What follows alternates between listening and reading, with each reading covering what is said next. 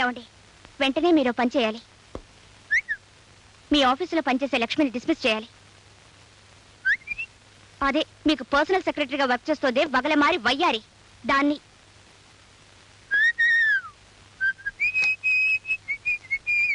ఆగండి, నేను చెప్తుంటే వినకుండా వెళ్ళిపోతారే. ముందు దాన్ని ఉద్యోగం నుంచి తీస్తారా లేదా? లక్ష్మి ఏం తప్పు చేసింది? చేసింది కాబట్టి తీసేయమంటున్నాను. కారణం లేకుండా ఓ మంచి మనిషిని ఉద్యోగం నుంచి తీసేస్తే ఇటు ఆవిడ మనసు బాధపడుతుంది, అటు వర్కర్స్ యూనియన్ నన్ను పట్టుకుని వాయించేస్తుంది తెలుసా? నాకదంతా అనవసరం. ఆవిడ వ్యవహారం నాకేమీ నచ్చలేదు. ఆవిడ వ్యవహారం నీకెందుకు నచ్చాలి? ఆవిడ పనిచేస్తుంది నా దగ్గర కాబట్టి నాకు నచ్చాలి.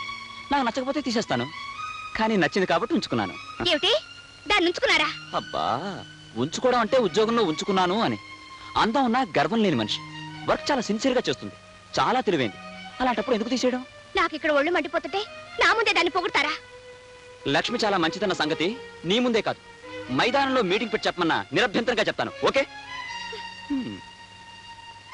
పరాయి ఆడదాన్ని పెళ్ల ముందే భర్త పొగిడితే అతనికి భార్య మీద కంటే పరాయి స్త్రీ మీదే ఎక్కువ ప్రేమ ఉందన్నమాట. చూడండి మావయ్య. ఏమిటమ్మా, ఏమైంది? మీ అబ్బాయి నన్ను మోసం చేస్తున్నారు.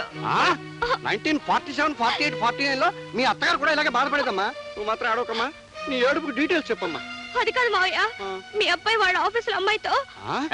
ఊరికే వాక్కు.